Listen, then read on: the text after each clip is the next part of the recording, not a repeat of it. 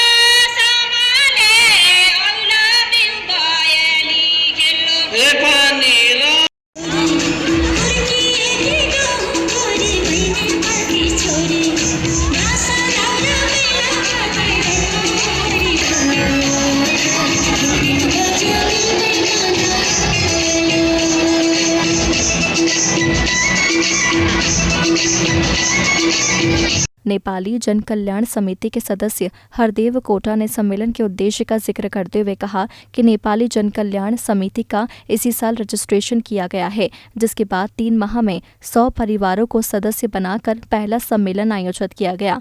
अकेले इंदौर में नेपाल मूल के सैकड़ों परिवार रहते हैं, जिन्हें अब सदस्य बनाकर जोड़ा जाएगा। इसके बाद एक स्थान सुनिश्चित कर गरीबी अमीरी का भेद मिटाकर एक साथ रहा जाएगा। हम लोग एक्चुअली नेपाली मूल के इंडियन वासी है। सबसे पहले तो आपको मैं ये क्लियर करा दूं कि हम इंडियन ही हैं, लेकिन हम मूल रूप से नेपाल के हैं, इसलिए हम नेपाली आगे लगाते हैं, तो हम इंडियन है। पहले तो ये है। दूसरी चीज़ ये है, हमारी यहाँ पे फैमिली अभी जो हमारी संस्था से मतलब 3 महीने पहले हमने रजिस्टर्ड किया है, तो अभी तक करीब 100 फैमिली हमारे सदस्य बन चुके हैं इस समिति के। तो ये आगे 6 महीने साल भर में करीब हम 400 फैमिली जो है इसका सदस्य बनाने की स्थिति में है।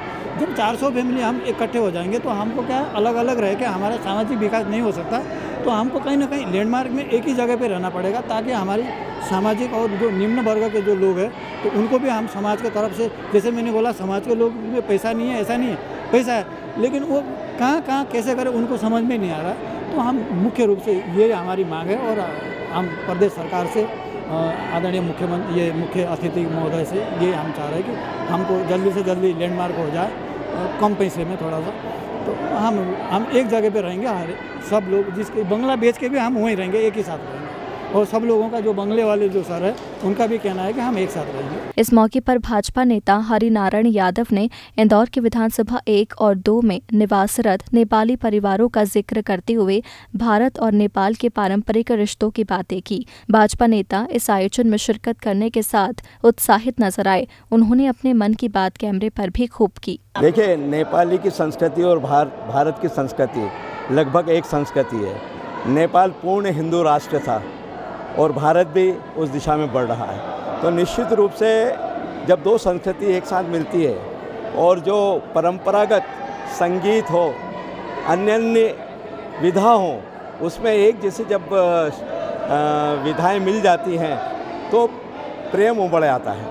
और वही यहाँ स्थिति बनी कि मैंने कहा कि हमारी नेपाल और भारत की संस्कृति में संगीत में जैसे यहाँ वहाँ का एक प्रमुख वाद्य होता है मादल, और वहाँ के जो श्रेष्ठ बजाने वाले रंजीत, वे जब भारत आए तो उन्होंने आर डी बर्मन के साथ उनके सहायक के रूप में कई नेपाल के लोकगीतों को उन्होंने अच्छे रूप में फिल्माया, संगीत में लय किया और अच्छा फिल्मों में उनका स्थान भी मिला है।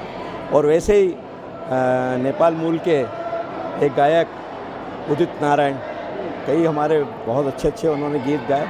ऐसे बहुत नेपाल के लोग हैं और नेपाल और हमारी जो संस्कृति है और विशेषकर नेपाल के गोरखा जो जनजाति है वो इतनी वफादार होती है कि वो जहाँ भी जिसके यहाँ भी कार्य करती है उसके प्रति पूर्ण समर्पित रहती है। इसलिए आज ये नेपाली जन कल्याण समिति के माध्यम कार्यक्रम में आया तो मुझे बहुत आनंद आया और मैंने खूब आनंद भी लिया।